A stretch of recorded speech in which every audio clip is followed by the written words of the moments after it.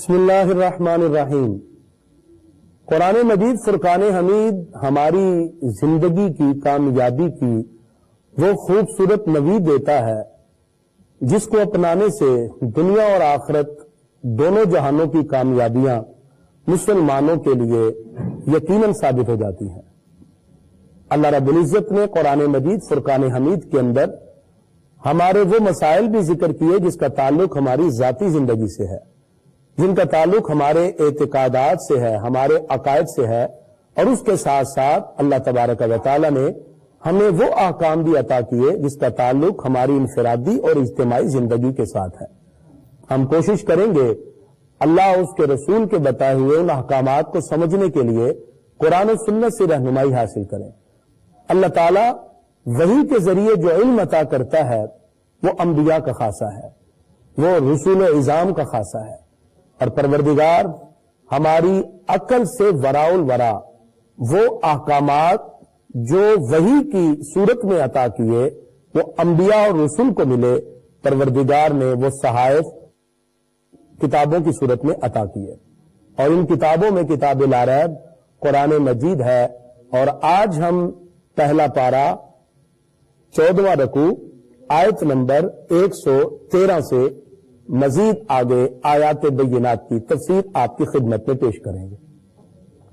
آیت نمبر 113 14واں رکوع پہلا پارہ سورہ البقرہ۔ اس آیت کا شان نزول کیا ہے؟ کسی بھی آیت کے پس منظر میں کوئی ایسا واقعہ پیش آیا ہو جس واقعے کے پرسپیکٹو میں اللہ تعالیٰ نے اس آیت کو نازل کیا، جس واقعے کے پس منظر میں اللہ تعالیٰ نے اس آیت کو نازل کیا، اس آیت کو اس کا شان نزول کہتے ہیں۔ شان نزول کے بارے میں ناظرین یہ بات یاد رکھیے، ایک آیت کے تحت کئی شان نزول بھی ہو سکتے ہیں۔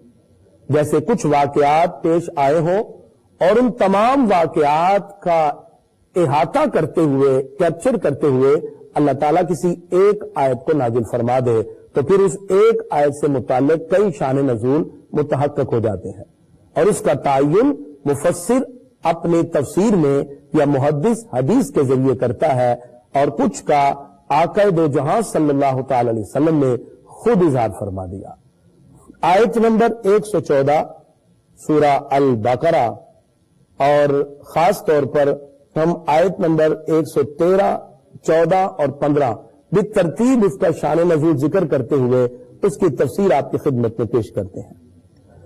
آیت نمبر 113 کا شان نزول یہ ہے کہ نجران کے کچھ عیسائی آقا علیہ الصلوۃ والسلام کی بارگاہ میں حاضر ہوئے، اور اسی طرح کچھ یہودی بھی آقا علیہ الصلوۃ والسلام کی بارگاہ میں حاضر ہوئے۔ وہ دونوں جب آپس میں کلام کرتے ہیں تو ایک دوسرے کا انکار کرنے لگے، جیسے یہودیوں نے نصارہ کے بارے میں شور مچایا اور حضرت عیسیٰ علیہ السلام اور انجیل مقدس کا انکار کیا۔ کچھ ایسی صورتحال نصارہ کی طرف سے بھی رہی جب وہ آپس میں ایک دوسرے کے سامنے ایک دوسرے کو جھٹلانے لگے تو اللہ تعالیٰ نے سورہ البقرہ کی آیت نمبر 113 کو نازل کیا۔ پروردگار ارشاد فرماتا ہے، وقالت اليہود لیست النصارى علی شیء، یہودی بولے عیسائی کچھ نہیں، وقالت النصارى لیست اليہود علی شیء، اور نصرانی بولے کہ یہودی کچھ نہیں، وہم یتلون الکتاب، حالانکہ وہ دونوں کتاب بھی پڑھتے ہیں۔ یہودیوں کے پاس توریت ہے اور نصارہ اور عیسائیوں کے پاس انجیل مقدس ہے۔ اللہ تبارک و تعالیٰ نے واضح کیا کہ یہ آپس میں بحث و مباحثہ کرنا کچھ نہیں، بلکہ تم پر لازم ہے کہ تم اللہ کے احکام کو اپناؤ، جو کتابیں تمہیں دی گئیں ان کتابوں کے مطابق اپنی زندگی گزارو، ان کے مطابق عمل کرو۔ اس سے آگے آیت نمبر 114، اس آیت کریمہ کے شان نزول کے بارے میں مفسرین نے لکھا کہ جس وقت بیت المقدس کی بے حرمتی کی گئی، واقعہ کچھ یوں ہے کہ روم کے نصرانیوں نے بنی اسرائیل پر فوج کشی کی اور بہت سے لوگوں کو قتل کیا۔ انہوں نے اسی طرح بیت المقدس کو ویران کر دیا اور وہاں ویرانی کی کوشش کی، اور یہ ویرانی بیت المقدس کی خلافت فاروقی تک جاری رہی، اور پھر اس کے بعد آپ نے اس کو آباد کیا۔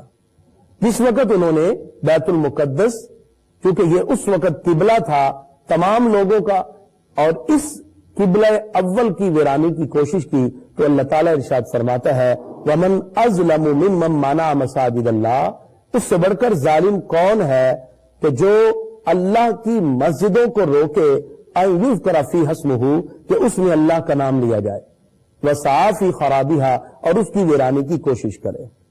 پتہ چلا کہ مسجد کی آبادی کیا ہے؟ مسجد آباد ہوتی ہے اللہ کے نام لینے سے، واضح نصیحت سے، جس میں اللہ اس کے رسول کا نام لیا جائے تو مسجد آباد ہوتی ہے، اور مسجد کی ویرانی کیا ہے کہ اس سے اللہ اور اس کے رسول کے نام کو ختم کیا جائے۔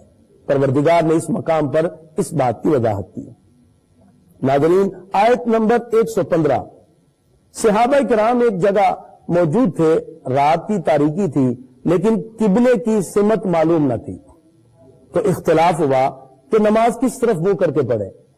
جس طرف صحابہ کرام کا دل جم گیا انہوں نے اسی طرف منہ کر کے نماز پڑھی۔ آقا علیہ الصلوۃ والسلام کی بارگاہ میں جب حاضر ہوئے اور عرض کیا یا رسول اللہ صلی اللہ علیہ وسلم، ہم فلاں معاملے میں پس و پیش ہو گئے، ہمارے اندر اختلاف پیدا ہوا، رات کی تاریکی تھی اور ہمیں معلوم نہ تھا کہ قبلہ کدھر ہے۔ یا رسول اللہ صلی اللہ علیہ وسلم، ہم نے اپنے دل کے ارادے پر جہاں ارادہ مضبوط ہوا وہیں نماز پڑھی، تو کیا ہماری نماز ہو گئی؟ یہ سوال کیا تو اللہ تعالیٰ نے آیت نمبر 115 سورہ البقرہ اس کو نازل کیا۔ پروردگار ارشاد فرماتا ہے وَلِلَّهِ الْمَشْرِقُ وَالْمَغْرِبُ، مشرق و مغرب سب اللہ کا ہے، فَأَيْنَمَا تُوَلُّوا فَثَمَّ وَجْهُ اللَّهِ، تم جہاں بھی منہ کرو وہیں اللہ کو پاؤ گے، وہی رب کی رحمت ہے۔ ان اللہ واسع علیم، بے شک اللہ وسعت والا، علم والا ہے۔ اس سے یہ مسئلہ معلوم ہوا اگر کسی جگہ پر اختلاف ہو جائے اور قبلے کا تعین نہ ہو کہ قبلہ کہاں ہے، جہاں دل جم جائے تحری کرے، غور و فکر کرے، جہاں اس کا دل جم جائے وہی نماز پڑھ لے، پروردگار اس کی نماز کو قبول فرما لے گا۔ اسی طرح اللہ تبارک و تعالی نے اہل کتاب کی کچھ باتوں کو ذکر کیا کہ جو اللہ رب العزت کے سوا کسی اور کو خدا ماننے لگے یا خدا کا بیٹا، جیسے نصارہ نے اللہ رب العزت کے سوا حضرت عیسیٰ علیہ السلام کو خدا یا خدا کا بیٹا کہا۔ پروردگار ارشاد فرماتا ہے وَقَالُوا اتَّخَذَ اللَّهُ وَلَدًا، وہ بولے کہ اللہ نے اپنی اولاد بنا رکھی ہے۔ پروردگار ارشاد فرماتا سبحانہ، وہ تو پاک ہے، بل لہو ما فی السماوات والارض، جو کچھ آسمان اور زمین میں ہے وہ سب اللہ کی ملکیت میں ہے، کل لہو قانتون، سب اسی کے حضور گردن جھکائے ہیں۔ یعنی پروردگار کی نہ اولاد ہے نہ وہ کسی کی اولاد، بلکہ وہ واحد و یکتا ہے۔ یہاں توحید کا خالصتاً ذکر کیا جاتا ہے۔ اسی طرح اللہ تبارک و تعالی نے اہل ایمان کی طرف اشارہ کیا کہ تم اہل کتاب کو حق بات پہنچاتے رہو، اگر وہ نہیں مانتے تو تمہارا مقصد پورا ہو گیا۔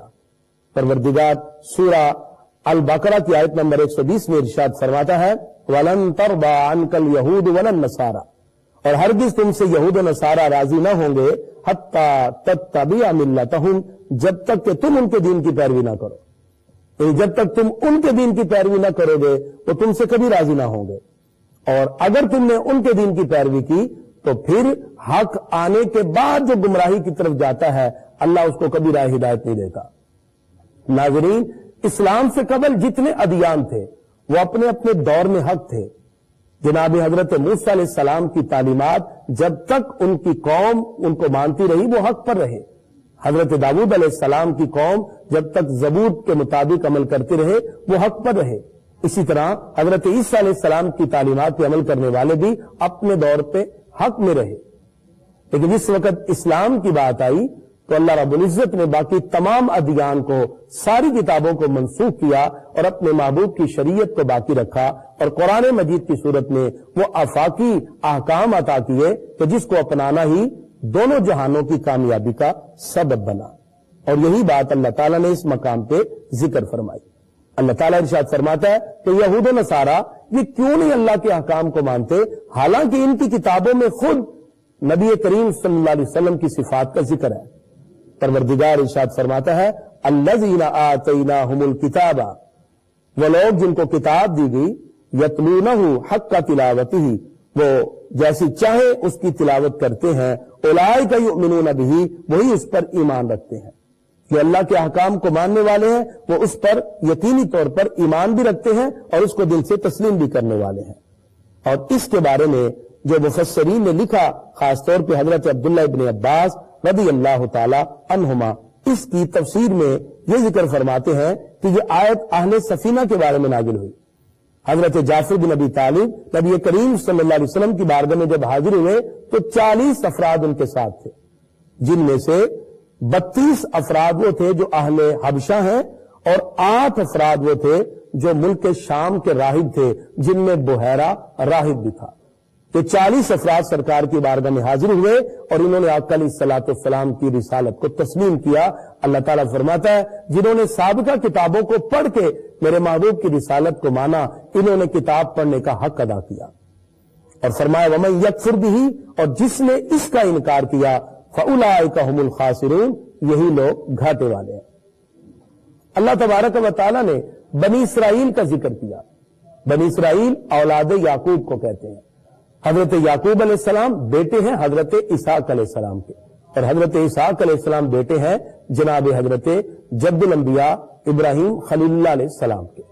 حضرت یعقوب علیہ السلام آپ کا لقب اسرائیل ہے، جو کہ عبرانی زبان کا لفظ ہے۔ اسرا اور ایل، اسرا بندے کو کہتے ہیں، ایل خدا کو کہتے ہیں عبرانی زبان میں۔ تو اسرائیل کا معنی اللہ کا بندہ، اور ان کی جو اولاد چلی ان کو بنی اسرائیل کہتے ہیں۔ قرآن مجید فرقان حمید میں جب بھی بنی اسرائیل سے خطاب کیا جائے اس سے مراد اولاد یعقوب ہے۔ یعقوب علیہ السلام کے 12 بیٹے اور اس کے بعد آگے ان کی نسل چلی۔ اللہ تعالیٰ نے بنی اسرائیل کو اپنی نعمتیں یاد دلائی۔ پروردگار ارشاد فرماتا ہے یا بنی اسرائیل، اے اولاد یعقوب، اذکروا نعمتی التی انعمت علیکم، یاد کرو میرا وہ احسان جو میں نے تم پر کیا، وَأَنِّي فَضَّلْتُكُمْ عَلَى الْعَالَمِينَ، میں نے تمام جہانوں پر تمہیں فضیلت عطا کی۔ اللہ تبارک و تعالی نے سورہ البقرہ کی اس کے بعد جو آیت نمبر 124 ہے اس میں جناب حضرت ابراہیم خلیل اللہ علیہ السلام کی آزمائش کا ذکر کیا۔ جناب حضرت ابراہیم خلیل اللہ علیہ السلام، ان کا تفصیلی ذکر آگے بھی آنے والا ہے، یہاں تھوڑا سا انٹروڈکشن کرواتا جاؤں۔ جناب حضرت ابراہیم علیہ السلام کی ولادت سرزمین اہواز میں ہوئی، اور اہواز کا ایک علاقہ سوس ہے جہاں آپ کی ولادت ہوئی۔ جناب حضرت ابراہیم علیہ السلام کے والد آپ کو لے کر شہر بابل میں منتقل ہوئے، جو کہ نمرود کا شہر تھا، اور یہود و نصارہ اور مشرکین جتنے بھی ہیں وہ سارے کے سارے آپ کو مانتے ہیں۔ تمام اہل کتاب کے ہاں بھی حضرت ابراہیم علیہ السلام کو قدر کی نگاہ سے دیکھا جاتا ہے۔ اور جناب حضرت ابراہیم علیہ السلام وہ عظیم ہستی ہیں جن کو جد الانبیاء کا لقب دیا جاتا ہے، اس لیے کہ آپ کے بعد جتنے بھی انبیاء کرام آئے وہ آپ کی نسل سے آتے گئے۔ جناب حضرت ابراہیم علیہ السلام کی جو آزمائشیں ہیں اللہ تعالیٰ نے اس کا ذکر کیا۔ وہ آزمائشیں کیا تھی اس میں مختلف طرح کا ذکر کیا گیا۔ جیسے حضرت عبداللہ ابن عباس کا قول ہے کہ جناب حضرت ابراہیم علیہ السلام کی بہت سی آزمائشیں، آپ نے سب سے پہلے مونچھیں ترشوانا، کلی کرنا، صفائی کرنا اور بال اتروانا، اور یہ سارے کے سارے جو کہ دین ابراہیم کے خواص ہیں وہ آپ سے شروع ہوئے۔ جناب حضرت ابراہیم خلیل اللہ علیہ السلام کے بارے میں اللہ تعالیٰ ارشاد فرماتا ہے وَإِذِ ابْتَلَىٰ إِبْرَاهِيمَ رَبُّهُ بِكَلِمَاتٍ، اور یاد کیجئے جب ابراہیم علیہ السلام کو اس کے رب نے کچھ باتوں سے آزمایا، فَأَتَمَّهُنَّ، انہوں نے ساری باتیں پوری کر دی۔ ابراہیم علیہ السلام کی بڑی آزمائش ہے۔ ننھے اسماعیل پیدا ہوئے تو اللہ کے حکم سے آپ لک و دک صحرا میں چھوڑ آئے۔ اپنے لخت جگر کو اپنے سے جدا کر کے چھوڑنا بہت بڑی آزمائش تھی، اپنی زوجہ کو بھی چھوڑا۔ پھر وہیں سے صفا مروہ پہاڑی کی وہ عظمت ذکر ہوئی جہاں حضرت حاجرہ علیہ السلام دوڑ رہی تھی، تو اللہ تعالیٰ ارشاد فرماتا ہے، آگے آتا آئے گی ان الصفا والمروہ من شعائر اللہ، کہ صفا مروہ میری نشانیوں میں سے ہے۔ حضرت اسماعیل علیہ السلام جب بڑے ہوئے تو پروردگار کے حکم سے بیت اللہ کی تعمیر کر رہے ہیں، ابراہیم علیہ السلام مل کر بیت اللہ کی بنیادیں رکھ رہے تھے، اور پھر جب اللہ رب العزت کا حکم ہوا آپ اپنے بیٹے کو ذبح کرنے کے لیے تیار ہو گئے۔ جتنی آزمائشوں میں اللہ تعالیٰ نے ڈالا، پھر پروردگار نے ان کو یہ شان عطا کی. اللہ تعالیٰ ارشاد فرماتا ہے وَكَذَلِكَ نُرِي إِبْرَاهِيمَ مَلَكُوتَ السَّمَاوَاتِ وَالْأَرْضِ, ہم نے اسی طرح زمین و آسمان کی تمام چھپی باتیں ابراہیم علیہ السلام کو دکھا دیں. تو جناب ابراہیم علیہ السلام نے جب ساری آزمائشیں پوری کی, اللہ تعالیٰ ارشاد فرماتا ہے قَالَ إِنِّي جَاعِلُكَ لِلنَّاسِ إِمَامًا, اے ابراہیم ہم تمہیں لوگوں کا پیشوا بناتے ہیں, امام بناتے ہیں. قَالَ وَمِن ذُرِّيَّتِي, جناب ابراہیم علیہ السلام نے عرض کیا یا اللہ میری اولاد میں بھی اس نبوت اور امامت کو جاری فرما. قَالَ لَا يَنَالُ عَهْدِ الظَّالِمِينَ, اللہ تعالیٰ ارشاد فرماتا ہے آپ کی ذریت اور اولاد میں سے جو ظالم ہوگا, جو کفر کی طرف جائے گا, اس کو منصب نبوت نہ دوں گا, باقی کو میں یہی امامت اور نبوت عطا فرماؤں گا. اسی لیے جناب ابراہیم علیہ السلام کی نسل سے ہی باقی انبیاء کرام آگے بڑھتے گئے. اللہ رب العزت ارشاد فرماتا ہے وَاتَّخِذُوا مِن مَّقَامِ إِبْرَاهِيمَ مُصَلًّى, جناب ابراہیم علیہ السلام کے کھڑے ہونے کی جگہ کو مصلی بناؤ. لہذا آج بھی مقام ابراہیم کا وہ پتھر صحن حرم میں لگا ہے. حاجی طواف کرنے کے بعد جو عمرہ یا حج کرنے جائے, باقی جو نوافل ہے وہ مقام ابراہیم پر ہی ادا فرماتے ہیں. آج بھی وہ صحن حرم میں لگا ہے, اور یہ اللہ رب العزت کی طرف سے وہ حکم ہے جو پروردگار نے اس مقام پہ ارشاد فرمایا. اللہ تعالیٰ ارشاد فرماتا ہے وَعَهِدْنَا إِلَىٰ إِبْرَاهِيمَ وَإِسْمَاعِيلَ, اور ہم نے حضرت ابراہیم علیہ السلام اور اسماعیل کو تاکید کی أَن طَهِّرَ بَيْتِيَ لِلطَّائِفِينَ, کہ وہ میرے گھر کو پاک کر دیں طواف والوں کے لیے, والعاکفین, اعتکاف کرنے والوں کے لیے, والرکع السجود, رکوع اور سجود کرنے والوں کے لیے. تو جناب ابراہیم علیہ السلام اور اسماعیل علیہ السلام نے اس گھر کو پاک کیا. پھر جناب حضرت ابراہیم علیہ السلام دعا کرتے ہیں فَإِذْ قَالَ ابراہیم, جب ابراہیم علیہ السلام نے دعا کی رَبِّ اجْعَلْ هَٰذَا بَلَدًا آمِنًا, دعا کرتے ہیں یا اللہ رَبِّ اجْعَلْ هَٰذَا بَلَدًا آمِنًا, یا اللہ اس شہر کو امن والا بنا دے. وَارْزُقْ أَهْلَهُ مِنَ الثَّمَرَاتِ, یہاں رہنے والوں کو پھل عطا کر. اور پھر آج یہی برکتیں ہم دیکھتے ہیں جس کو حرم کہتے ہیں, اور حرم اس لیے کہتے ہیں کہ وہاں کسی کو مارنے کی اجازت نہیں, اور وہاں حرم کے اندر کوئی جانور بھی کسی دوسرے جانور کو نہیں مارتا, اس لیے کہ وہ امن والا شہر ہے, امن کی جگہ ہے. اللہ تبارک و تعالی ارشاد فرماتا ہے وَإِذْ يَرْفَعُ إِبْرَاهِيمُ الْقَوَاعِدَ مِنَ الْبَيْتِ, جب جناب ابراہیم علیہ السلام بیت اللہ کے گھر کی بنیادیں اٹھا رہے تھے, اسماعیل اور اسماعیل علیہ السلام بھی بنیادیں اٹھا رہے تھے, اور اپنی زبان سے کہہ رہے تھے ربنا تقبل منا, یا اللہ ہم سے قبول فرما, انک انت السمیع العلیم, بے شک تو سننے والا جاننے والا ہے. جناب ابراہیم علیہ السلام اور اسماعیل علیہ السلام آپ نے بیت اللہ کی دیواروں کو بلند کیا, اور پھر جناب ابراہیم علیہ السلام نے دعا کی, رب قدوس نے مناسک حج بھی ان کو سکھا دیے. ہمارے پیارے نبی صلی اللہ تعالی علیہ وسلم ارشاد فرماتے ہیں کہ میں دعائے ابراہیم ہوں اور بشارت عیسیٰ ہوں. اس حدیث میں جو بشارت عیسیٰ کا ذکر کیا گیا وہ بشارت ہے جو عیسیٰ علیہ السلام نے اپنی قوم کے سامنے کہا وَمُبَشِّرًا بِرَسُولٍ يَأْتِي مِن بَعْدِهِ اسْمُهُ احمد, اے میری قوم میں تمہیں ایسے رسول کی بشارت دیتا ہوں جو میرے بعد آئیں گے جن کا نام اس میں گرامی احمد ہوگا. یہ تو بشارت عیسیٰ ہے. تو دعائے ابراہیم کیا ہے؟ وہ دعائے ابراہیم یہ ہے جو آیت نمبر 129 میں ہے سورہ البقرہ. اللہ تعالیٰ ارشاد فرماتا ہے جناب ابراہیم علیہ السلام نے جو دعا کی وہ دعا یہ تھی ربنا وابعث فیہم رسولا منہم, اے میرے رب بھیج دے ان میں سے ایک رسول یتلو علیہم آیاتک, جو ان پر تیری آیتیں تلاوت فرمائے, وَيُعَلِّمُهُمُ الْكِتَابَ وَالْحِکْمَةَ, جو انہیں تیری کتاب بھی سکھائے, حکمت اور دانائی کی باتیں بھی سکھائے, وَيُزَكِّيهِمْ, اور ان کے باطن کو پاک کر دے, إِنَّكَ أَنْتَ الْعَزِيزُ الْحَكِيمُ, بے شک تو ہی غالب حکمت والا ہے. یہ دعائے ابراہیم ہے جس کا ذکر ہمارے پیارے نبی صلی اللہ علیہ وسلم فخر سے کرتے ہیں کہ میں دعائے ابراہیم ہوں, اور اللہ تبارک و تعالی نے پھر اس دعا کو قبول فرمایا.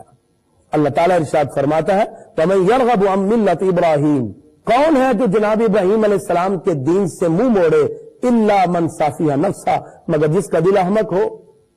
اس سے بھی پتا چلا جناب ابراہیم علیہ السلام آپ کے دین سے جڑ جانا سب سے بڑی کامیابی ہے, اور یہی دین ابراہیمی ہے جو آج اسلام کے طور پر ہمیں دکھائی دیتا ہے. کچھ یہود و نصارہ نے کہا کہ ہمیں تو تلقین کی تھی اس بات کی ہمارے آباء و اجداد نے کہ تم نے یہودی ہی رہنا ہے. تو پروردگار ارشاد فرماتا ہے وَوَصَّى بِهَا ابراہیم وبنیہ، جناب ابراہیم علیہ السلام نے اپنے بیٹوں کو نصیحت کی، وَيَعْقُوب، اور یعقوب علیہ السلام نے، یا بنی ان اللہ اصطفیٰ لکم، بے شک اللہ نے تمہارے لیے چن لیا اس دین کو جو دین تمہارے لیے پسند کیا، اور وہ دین اسلام ہے. ان اللہ اصطفیٰ لکم الدین، تمہارے لیے اس دین کو پسند کیا جو دین اللہ کا پسندیدہ ہے. اور وہ دین کیا ہے؟ فلا تموتن الا وانتم مسلمون، کہ تم نہ مرنا مگر اسلام کی حالت میں. اللہ تبارک و تعالی نے اس مقام پر جناب حضرت ابراہیم علیہ السلام کا بھی ذکر کیا اور جناب حضرت یعقوب علیہ السلام کا بھی ذکر کیا. ناظرین، حضرت ابراہیم علیہ السلام اور جناب حضرت اسماعیل علیہ السلام جس طرح بیت اللہ کی بنیادوں کو اٹھا رہے تھے، اسی طرح وہ رب کی بارگاہ میں دعا بھی کر رہے تھے. اور جناب حضرت ابراہیم علیہ السلام کی ملت کیا ہے؟ اللہ تعالیٰ ارشاد فرماتا ہے کہ یہ جو لوگ کہتے ہیں کہ یہودی اور عیسائی ہو جاؤ تو کامیاب ہو جاؤ گے، وقالو، اہل کتاب بولے، کونوا ہودن او نصارا، یہودی یا عیسائی ہو جاؤ، تہتدوا، ہدایت پا جاؤ گے. اللہ فرماتا قل بل ملت ابراہیم حنیفا، اللہ فرماتا ہے انہیں کہہ دیجئے بلکہ ملت ابراہیمی کو اپنائیے جو ہر باطل سے جدا ہے، وما کان من المشرکین، اور وہ مشرکوں میں سے نہ تھے. اللہ تبارک و تعالی نے اس کے بعد دیگر انبیاء کرام کا ذکر کیا اور واضح کیا ان تمام انبیاء کرام کو ماننا ہی کامیابی کی دلیل ہے. عیسائی کہتے تھے جو پینے پانی میں غوطہ لگائے گا وہ گناہوں سے پاک ہو جائے گا اور اس پہ حقیقتاً اللہ کا رنگ چڑھ جائے گا. آج بھی بپتسمہ اور استباغ کے نام سے یہ رسم جاری ہے.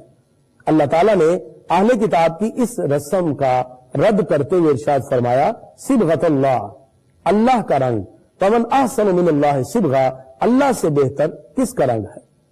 اور اللہ کا رنگ کیا ہے؟ اللہ کا رنگ کوئی ظاہراً دکھائی دینے والا رنگ نہیں ہے.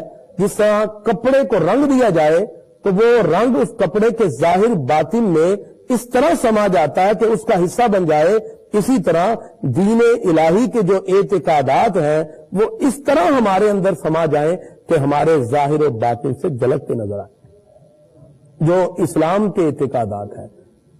تو اللہ تعالیٰ نے اس مقام پہ جو ارشاد فرمایا کہ اللہ کے رنگ کو اپنے اوپر غالب کر لو، اس کا مطلب یہ ہے اس طرح اللہ کے رنگ کے غالب کرو کہ تمہارے ظاہر و باطن سے اللہ رب العزت کی خوبصورت اعتقادی جو کیفیات ہماری طرف متوجہ ہوئی، جو اللہ کے احکام ہماری طرف متوجہ ہوئے، وہ ہمارے اعضاء سے جھلکتے ہوئے دکھائی دیں.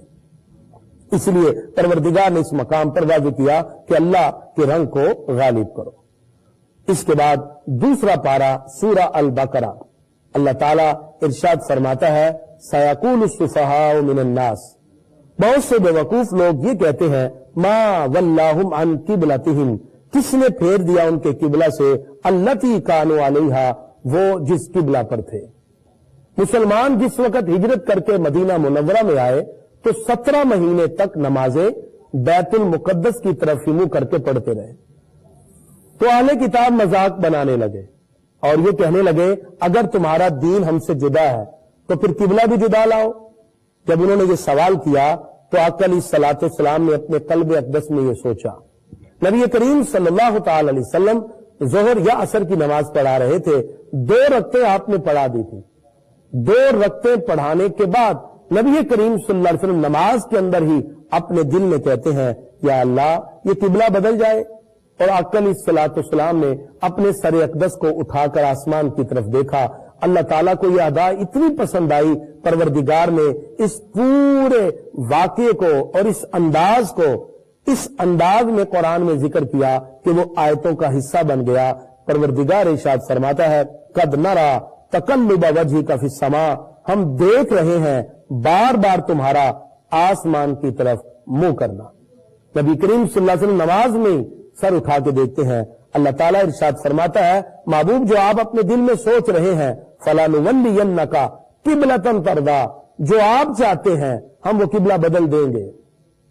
اس سے پتہ چلا کہ پروردگار نے وعدہ کیا کہ ہم قبلہ بدل دیں گے. سیاق کلام کا یہ تقاضا ہے. اس کے بعد چونکہ فا ہے اور فا تاکید مال وصل کے لیے ہے، آقا علیہ الصلوۃ والسلام نے اپنے قلب اقدس میں کہا یا اللہ اگر میری مرضی کے مطابق بدلنا ہے تو ابھی بدل دے. تو پروردگار نے اسی وقت قرآن کی آیتیں اتاری. جبریل امین علیہ السلام اپنے محبوب کی بارگاہ میں جب آیتیں لے کر آئے تو اللہ تعالیٰ نے حکم دیا ابھی آپ اپنے چہرے کو پھیر لیجئے. فولی وجہک شطر المسجد الحرام، ہم نے ابھی قبلے کو بدل دیا. آقا علیہ الصلوۃ والسلام نے اگلی 2 رکعتیں بیت اللہ مسجد حرام کی طرف منہ کر کے پڑھائی. اس طرح قبلہ تبدیل ہوا. اب ہمارا قبلہ جو ہے وہ بیت اللہ ہے، یعنی مسجد حرام ہے. اللہ تبارک و تعالیٰ نے اس کا خاص طور پر ذکر فرمایا. ناظرین، اس میں اللہ رب العزت نے یہ بھی ارشاد فرمایا کہ جو اہل کتاب ہیں وہ محض اپنے بغض کی وجہ سے اسلام کی باتوں کو نہیں مان رہے، وگرنہ حقیقت کی نگاہ سے دیکھیں تو اللہ تعالیٰ ارشاد فرماتا ہے جیسے یہ اپنے حقیقی بیٹوں کو پہچانتے ہیں اسی طرح یہ آپ کو بھی پہچانتے ہیں. پروردگار ارشاد فرماتا ہے الذین آتیناہم الکتاب، وہ لوگ جن کو ہم نے کتاب دی، یعرفونہ کما یعرفون ابنا، یہ اس طرح آپ کو پہچانتے ہیں جیسے اپنے حقیقی بیٹوں کو پہچانتے ہیں. آیت نمبر 146 میں اللہ تعالیٰ ارشاد فرماتا ہے وَإِنَّ فَرِيقًا مِّنْهُمْ، ان میں سے بہت سے لوگ وہ ہیں لَيَكْتُمُونَ الْحَقَّ، جو حق بات کو چھپا لیتے ہیں، وَهُمْ يَعْلَمُونَ، حالانکہ وہ جانتے بھی ہیں، جان بوجھ کر حق کو چھپا دیتے ہیں. اس سے پتہ چلا کہ اللہ رب العزت نے واضح طور پہ ارشاد فرما دیا کہ یہ جو حق کو جان بوجھ کر چھپاتے ہیں تمہیں ان کی نہیں بلکہ پیروی ان کی کرنی چاہیے جو تمہیں راہ ہدایت کی طرف لے جانے والے ہیں، اور وہ دین اسلام کی وہ خوبصورت باتیں ہیں کہ رسول اللہ صلی اللہ تعالی علیہ وسلم کی طرف سے ہمیں عطا ہو. اللہ رب العزت ارشاد فرماتا ہے وَمِنْ حَيْثُ خَرَجْتَ، تم جہاں سے بھی آؤ، فَوَلِّ وَجْهَكَ شَطْرَ الْمَسْجِدِ الْحَرَامِ، اپنے چہرے کو مسجد حرام کی طرف کر لیجیے. اس کا اس انداز میں قرآن مجید میں ہوا کہ قرآن مجید واضح طور پہ واضح کر دیتا ہے کہ اب قبلہ بیت اللہ ہے. اللہ تعالیٰ ارشاد فرماتا ہے وہ لوگ جو دیگر قبلے کی طرف منہ کرنے والے ہیں تم ان سے نہ ڈرو، میری خشیت کو اپنے دل میں جگا دو. فلا تخشوہم واخشونی، مجھ سے ڈرو اور میں اپنی نعمتیں تم پر تمام کروں گا، تو دونوں جہانوں کی کامیابی انشاءاللہ تمہاری طرف متوجہ ہو جائے. اس کے بعد پروردگار نے آیت نمبر 152 میں کچھ ذکر کا اللہ تعالیٰ نے ذکر فرمایا. ذکر کیا ہے؟ ذکر 3 طرح کا ہے. ایک ذکر زبان سے ہے، ایک ذکر دل سے ہے، اور ایک ذکر افعال سے ہے، یعنی جوارے سے، انسان اپنے اعضاء سے کرتا ہے. لہذا ذکر لسانی، ذکر قلبی اور ذکر فعلی، 3 ذکر کی اقسام ہے. ذکر لسانی تو یہ کہ زبان سے جیسے سبحان اللہ، الحمدللہ، یہ استغفار پڑھا جائے. اور اسی طرح جو ذکر قلبی ہے اس کا مطلب کہ اپنے دل میں اللہ کی قدرت کی چیزوں کو پیدا کیا جائے. اور تیسرا ذکر بالجوارح ہے، یعنی اعضاء کے ذریعے. اور نماز میں تینوں ذکر اکٹھے ہو جاتے ہیں. بندہ اپنے اعضاء سے رکوع سجود کرتا ہے، دل میں اللہ کا خوف ہوتا ہے، اور زبان سے اللہ کا ذکر. پروردگار ارشاد فرماتا ہے آیت نمبر 152 میں، پروردگار فرماتا ہے فَاذْكُرُونِي أَذْكُرْكُمْ، تم مجھے یاد کرو میں تمہارا چرچا کروں گا. وَاشْكُرُونِي وَلَا تَكْفُرُونَ، میرا حق مانو اور میری ناشکری نہ کرو. حدیث میں آتا ہے آقا علیہ الصلوۃ والسلام ارشاد فرماتے ہیں، اور سرکار کا یہ عمل ہے، جب بھی کوئی پریشانی پیش آتی ہمارے آقا نماز میں مشغول ہو جاتے. اور اللہ کا حکم بھی ہے یا ایھا الذین آمنوا، اے ایمان والو، استعینوا بالصبر والصلاۃ، صبر اور نماز سے مدد چاہو. ان اللہ مع الصابرین، بے شک اللہ صبر کرنے والوں کے ساتھ ہے. ناظرین، اس کے بعد شہداء بدر کے حوالے سے ذکر ہوا. وہ لوگ جو بدر میں شہید ہو گئے اس کے بارے میں لوگ کہنے لگے کہ بدر والے ناکام ہوئے، نعوذ باللہ. بعد نے کہا کہ یہ جو شہداء ہیں یہ دنیا سے چلے گئے، یہ دنیا کی وہ ساری نعمتوں سے محروم ہو گئے. تو اللہ تعالیٰ نے ارشاد فرمایا، آیت نمبر 154 ہے سورہ البقرہ، پروردگار ارشاد فرماتا ہے وَلَا تَقُولُوا لِمَنْ يُقْتَلُ فِي سَبِيلِ اللَّهِ أَمْوَاتٌ، اور جو اللہ کی راہ میں شہید ہو گئے انہیں مردہ نہ کہو، بل احیاء، بلکہ وہ زندہ ہیں، وَلَٰكِن لَّا تَشْعُرُونَ، تمہیں ان کی زندگی کی شعور نہیں، تمہیں ان کی خبر ہی نہیں. اللہ تعالیٰ نے جو ان کو زندگی عطا کی وہ تمہارے شعور سے، فہم و ادراک سے، تمہاری تھنکنگ پاور سے ارفع و اعلیٰ ہے.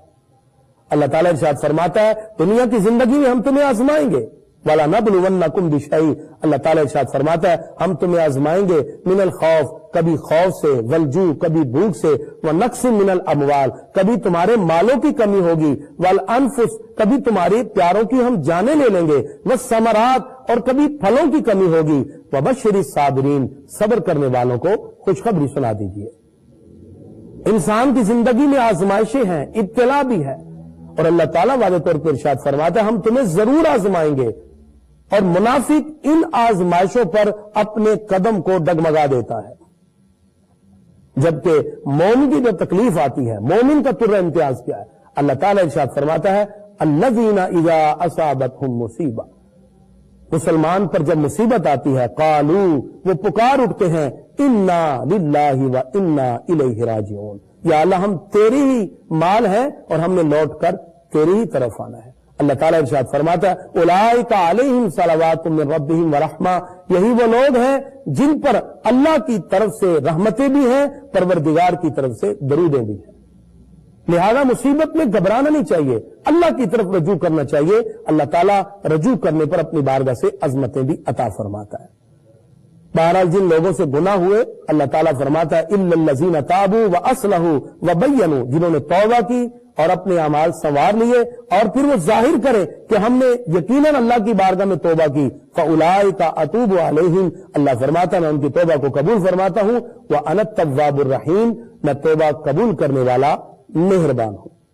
ناظرین، جہاں تک ہو سکے انسان اللہ کی بارگاہ میں توبہ کرے، استغفار کرے، رب قدوس کی بارگاہ سے توبہ کرنا یہ مومن کا طرح امتیاز ہونا چاہیے۔ پروردگار نے اس کے بعد اپنی قدرتوں کا ذکر کیا۔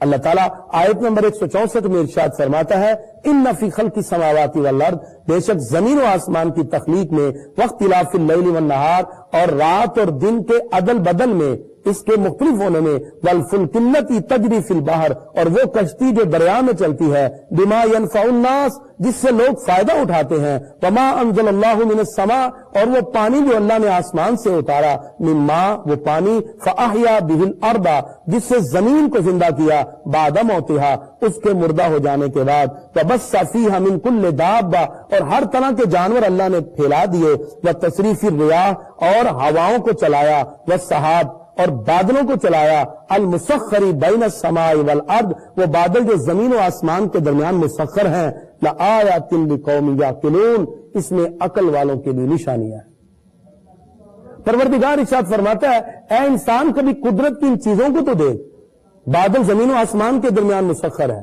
اللہ تعالیٰ نے کشتیوں کو پانی میں چلا دیا، بڑے بڑے دریا کے اندر جہاز چل رہے ہیں، سمندر میں جہاز چل رہے ہیں، پروردگار فرماتا ہے یہ ساری میری نشانیاں ہیں، اور یہ کائنات کی ان سب چیزوں کو دیکھ کر تم اپنی زبان سے پکار اٹھو گے کوئی تو ہے جو نظام ہستی چلا رہا ہے، وہی خدا ہے۔ اللہ تعالیٰ ارشاد فرماتا ہے پھر تم اللہ کے سوا کسی اور کی عبادت کیوں کرتے ہو؟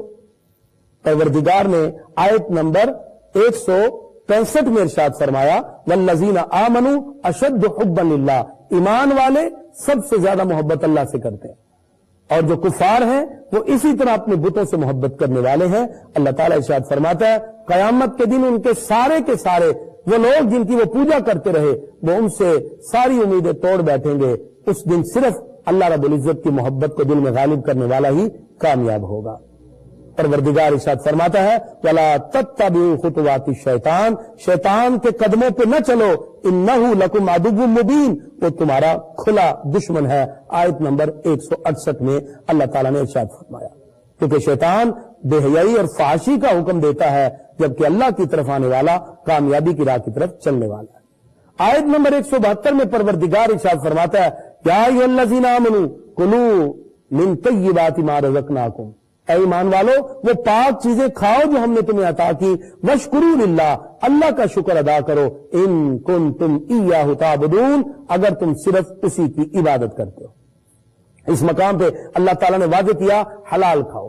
ناظرین، حلال اور پاکیزہ دونوں کے کھانے کا اسلام نے حکم دیا، اور معلوم ہوا کہ اللہ کی نعمت پر شکر ادا کیا جائے اور اس کے ساتھ ساتھ مردار نہ کھایا جائے، اور اس کا تفصیلی ذکر آگے بھی ہے کہ اللہ تعالیٰ نے مردار کو، خون کو اور خنزیر کے گوشت کو، اور وہ جن پر اللہ کے سوا کسی اور کا نام ذبح کرتے وقت دیا جائے وہ سارے اللہ نے حرام کر دیے۔ وما اہل بہ لغیر اللہ۔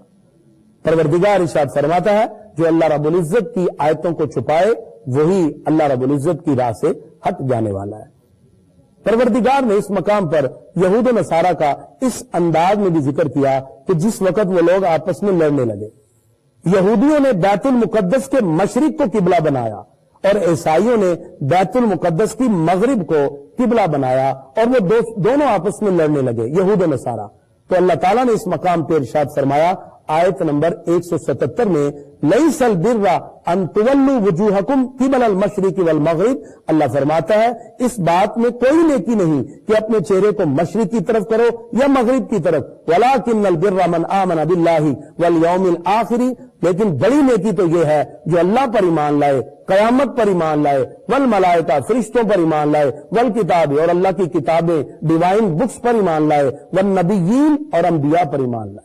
یہ 5 بنیادی عقائد ہیں جن کو فنڈامنٹل بلیو کہتے ہیں، توحید، رسالت، ملائکہ، آسمانی کتابیں اور آخرت۔ اس کا اللہ رب العزت نے آیت نمبر 177 سورہ البقرہ میں ذکر کیا۔ اس آیت کو آیت بر بھی کہتے ہیں۔ پروردگار نے پھر کچھ اہل ایمان کے اچھے کاموں کا ذکر کیا۔ اللہ رب العزت یہ بھی ارشاد فرماتا ہے نماز قائم کرو، زکوٰۃ دو اور صبر کرو، اور اسی طرح پروردگار نے مختلف اوقات میں کی جانے والی نیکیوں کا بھی ذکر فرمایا۔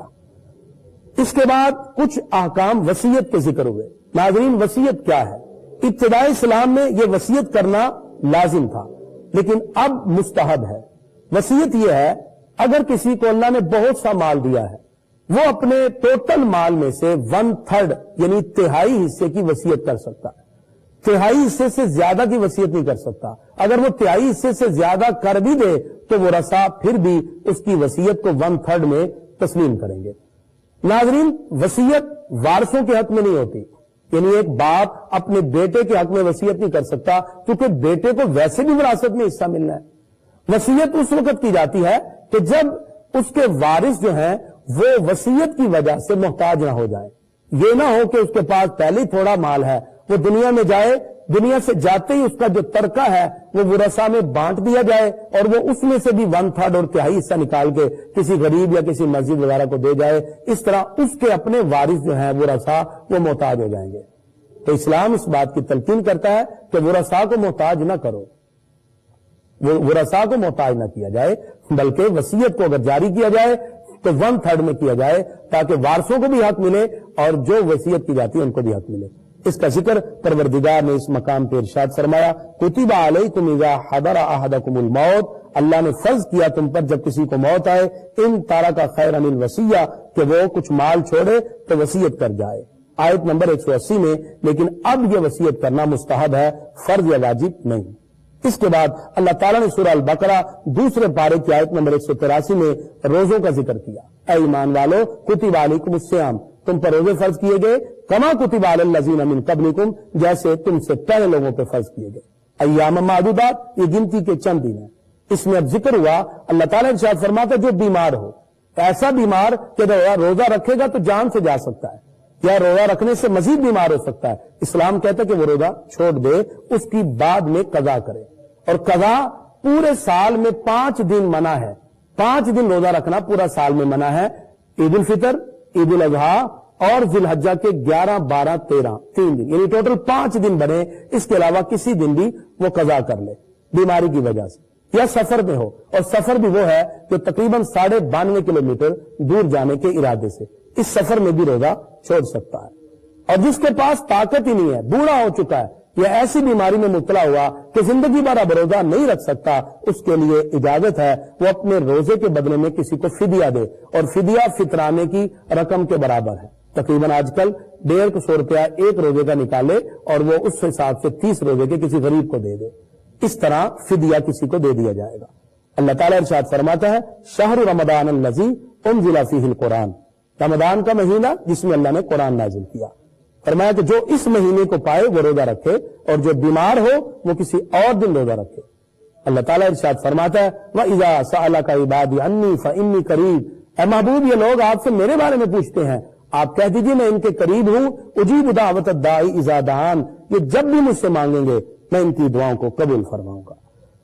ابتدائے اسلام کے اندر عشاء کی نماز تک روزہ روٹی کھا کے روزہ شروع ہو جاتا تھا، لیکن اللہ تعالیٰ نے پھر اور آسانیاں عطا فرمائی۔ پروردگار ارشاد فرماتا ہے احل لکم لیلۃ الصیام الرفث، تمہارے لیے حلال کر دیا گیا کہ تم رمضان کی راتوں میں الی نسائکم، عورتوں کے پاس جا سکتے ہو، ہن لباس لکم وانتم لباس لہن، وہ تمہارے لباس ہیں اور تم ان کے لباس ہو۔ اور صبح تک سحری کھانے کے بعد پھر ہم کھانے پینے کو چھوڑ دیتے ہیں۔ اللہ تعالیٰ ارشاد فرماتا ہے کلوا واشربوا حتی یتبین لکم الخیط الابیض من الخیط الاسود من الفجر، کھاؤ پیو یہاں تک کہ ظاہر ہو جائے سفیدی کا دورہ سیاہی کے دورے سے، یعنی تو پھٹ جائے، صبح صادق جب نمودار ہو جائے پھر کھانا پینا چھوڑ دو۔ ثم اتموا الصیام الی اللیل، پھر اس روزے کو رات تک کھینچ کر لے آؤ۔ اور اللہ تعالیٰ ارشاد فرماتا ہے وَلَا تُبَاشِرُوهُنَّ وَأَنْتُمْ عَاكِفُونَ فِي الْمَسَاجِدِ، رمضان کے آخری 10 دنوں میں جب تم اعتکاف کر رہے ہو اس وقت تم لاہو و لعب نہ کرو، 10 دن مسجد میں رہو، اللہ کی عبادت کرو۔ اور عورتیں اپنے گھروں کے پاک جگہوں پر اعتکاف کریں گی، یہ سنت موقدہ علی الکفایہ ہے۔ اس کے بعد حج کے کچھ احکامات کو اللہ تعالیٰ نے ذکر کیا، اور اللہ تعالیٰ ارشاد فرماتا ہے محبوب یہ لوگ آپ سے پوچھتے ہیں یہ چاند کیا ہے، آیت نمبر 189 میں 189 میں اللہ تعالیٰ ارشاد فرماتا ہے یسألونک عن الاہلہ، یہ آپ سے پوچھتے ہیں چاند کیا ہے۔ صحابہ نے سرکار سے پوچھا کبھی چاند چھوٹا کبھی بڑا، یہ کیا ہے؟ اللہ تعالیٰ ارشاد فرماتا ہے یہ تمہارے لیے ایام مقرر ہے، اس سے تمہیں پتہ چلتا ہے کہ رمضان آ گیا، اس سے پتہ چلتا ہے کہ حج آ گیا اور عید ہے، اور یہ سارے کے سارے احکام چاند سے جڑے ہوئے ہیں۔ اس کے بعد پروردگار نے واضح طور پہ حج اور عمرہ کے احکام ذکر کیے۔ ناظرین، حج اور عمرہ یہ وہ عبادات ہیں جن کا تعلق عبادات مرکب سے ہے۔ حج کے جو طریقے ہیں اور جو انداز ہیں وہ اس کو تھوڑا سا سماعت کر لیجئے۔ حج 9 ہجری میں فرض ہوا، اور حج اور عمرہ کے جو طریقے ذکر کیے گئے اس میں حج افراد ہے، اکیلا حج کے نیت سے احرام باندھنا، دوسرا یہ ہے حج قران، حج اور عمرہ دونوں کی نیت سے احرام باندھنا، پھر تیسرا حج تمتع کہ پہلے عمرے کی نیت سے احرام باندھنا، بعد میں 8 ذی الحجہ کو حج کی نیت سے احرام باندھنا، 8، 9، 10، 11 اور 12 5 دن اسی طرح مینا میں، عرفات میں، مزدلفہ میں اور پھر مینا میں آ کے رہنا، اور اسی طرح 13ویں دن کا اختیاری ہے شیطان کو کنکریاں مارتے ہوئے واپس پلٹ کے آنا، یہ حج ہوتا ہے۔ اس کا تفصیلی ذکر آگے بھی آئے گا۔ اللہ تبارک و تعالیٰ نے واضح کیا کہ حج کے دوران کسی بھی طرح فسق و فجور کا ارتکاب نہ کرے۔ پروردگار نے ان آیات بینات میں یہ بھی ارشاد فرمایا کہ انسان کو صرف دنیا کی چیزوں کی طرف غور نہیں کرنا چاہیے بلکہ رب قدوس کی رحمت کی طرف بڑھنا چاہیے۔ اللہ رب العزت ارشاد فرماتا ہے کیا تم نے ویسے گمان کر لیا کہ جنت میں چلے جاؤ گے؟ آیت نمبر 214 میں اللہ تعالیٰ ارشاد فرماتا ہے ام حسبتم ان تدخلوا الجنہ، تم ایسی جنت میں چلے جاؤ گے؟ ولما یاتکم مثل الذین خلوا من قبلکم، حالانکہ تمہارے پاس ان لوگوں جیسی رویداد نہیں آئی جو تم سے پہلے گزر گئے، ان کو تکلیفیں دی گئیں، وہ اتنی تکلیفوں میں مبتلا ہوئے کہ پھر پروردگار کی رحمت نے آ کے ان کو بچایا۔ تو پتہ چلا دنیا میں آزمائشیں بھی ہیں، ابتلا بھی ہیں، اور ہر آزمائش اور ابتلا پر ہمیں رب قدوس کی طرف رجوع کرنا چاہیے۔ اللہ تعالیٰ نے اس کا واضح طور پہ ذکر فرمایا۔ ناظرین، اس کے بعد حرمت والے مہینوں کا ذکر ہوا۔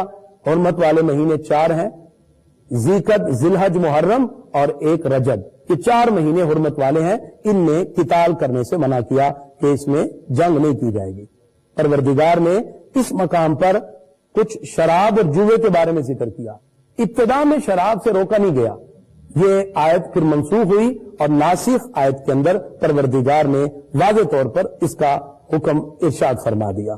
اللہ تعالیٰ ارشاد فرماتا ہے کہ شراب کے قریب نہ جاؤ، کل فیہما اسم کبیر، اس میں بڑا گناہ ہے، اگر جس میں کچھ لوگوں کے منافع بھی ہیں لیکن اس میں نقصان زیادہ ہے۔ اس کے بعد اللہ تعالیٰ ارشاد فرماتا ہے کہ مشرک مرد سے مسلمان عورت نکاح نہ کرے اور مشرکہ عورت سے مسلمان مرد نکاح نہ کرے۔ یاد رکھیے اہل کتاب سے نکاح کرنا جائز ہے کچھ شرائط کے ساتھ، لیکن جو مشرکہ ہے یا مشرک ہے اس کے ساتھ مومن مرد یا عورت نکاح نہیں کر سکتے۔ ہاں، نکاح کے لیے ان کو پہلے مسلمان کیا جائے، اور وہ مسلمان ہونا اضطراری طور پہ نہ ہو بلکہ خود وہ اسلام کو قبول کرے۔ وہ احکام بھی اللہ تعالیٰ نے آیت نمبر 220 سے لے کر آگے 221 تک ذکر کیے۔ اس کے بعد اللہ تعالیٰ ارشاد فرماتا ہے کچھ عورتوں کے لیے ناپاکی کے دن ہے اور ان کے قریب جانا ان دنوں میں جائز نہیں۔ پھر اللہ تعالیٰ نے کچھ قسموں کا ذکر کیا۔ لوگ قسم اٹھا لیتے ہیں، وہ 3 طرح کی ہے۔ ایک ہے یمین لغو، کہ انسان گزشتہ زمانے میں کوئی قسم اٹھا لے اور وہ قسم اس نے بھول کر اٹھا لی کہ اللہ کی قسم میں نے یہ نہیں کیا، اسے یمین لغو کہتے ہیں، اس میں کفارہ نہیں ہے۔ دوسرا یمین غموس ہے۔ یمین غموس یہ ہے کہ جان بوجھ کر گزرے ہوئے وقت میں کسی بات پہ قسم اٹھانا، اس میں انسان گناہگار ہوتا ہے۔ اور تیسرا ہے یمین منعقدہ، کہ انسان قسم اٹھائے کہ اللہ کی قسم یا کعبۃ اللہ کی یا قرآن کی قسم کہ میں فلاں سے بات نہیں کروں گا، فلاں کام نہیں کروں گا۔ اگر وہ یہ کام کر لیتا ہے پھر اس کو اس صورت میں کفارہ دینا پڑتا ہے، 3 روزے رکھنا پڑیں گے، یا 10 مسکینوں کو کھانا کھلانا پڑے گا، یا 10 مسکینوں کو کپڑے پہنانے پڑیں گے۔ اس کے بعد اللہ تعالیٰ نے طلاق کے احکام ذکر کیے اور فرمایا جب کسی عورت کو طلاق دی جائے والمطلقات یتربصن بانفسہن ثلاثۃ قروء، طلاق والی عورتیں اپنے آپ کو 3 حیض تک روکے رکھیں۔ اللہ تعالیٰ نے ارشاد فرمایا کہ طلاق 2 مرتبہ ہے یا 1 مرتبہ، اس کے بعد روک لو یا چھوڑ دو۔ جاہلیت میں لوگ عورتوں کو ویسی طلاق دے دیتے، پھر رجوع کر لیتے، پھر طلاق دیتے، کئی طلاقیں دے دیتے۔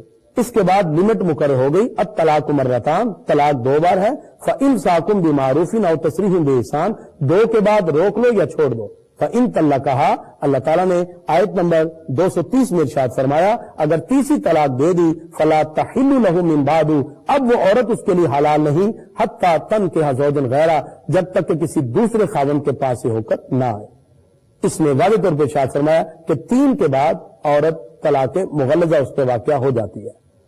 ناظرین، اسی طرح طلاق کے بہت سے احکام بھی اللہ تعالیٰ نے اس مقام پہ ذکر کیے اور رداعت کے مسئلے ذکر کیے۔ اللہ تعالیٰ ارشاد فرماتا ہے والوالدات یرضعن اولادہن، مائیں اپنے بچوں کو دودھ پلائیں حولین کاملین، 2 سال پورا۔ اور جو دودھ اگر عورت کو طلاق ہو گئی یا کوئی ایسا پرابلم ہوا کہ عورت جو ہے وہ دودھ نہیں پلا سکی، فرمایا وعلی المولود لہ رزقہن، جس کا بچہ ہے یعنی جو شوہر ہے جو باپ ہے وہ اس کا خرچہ اٹھائے گا، وکسوتہن بالمعروف، اور عورت کے لیے اور ماں کے لیے بھی۔ تو اس طرح یہ دودھ کے احکام بھی ذکر کیے۔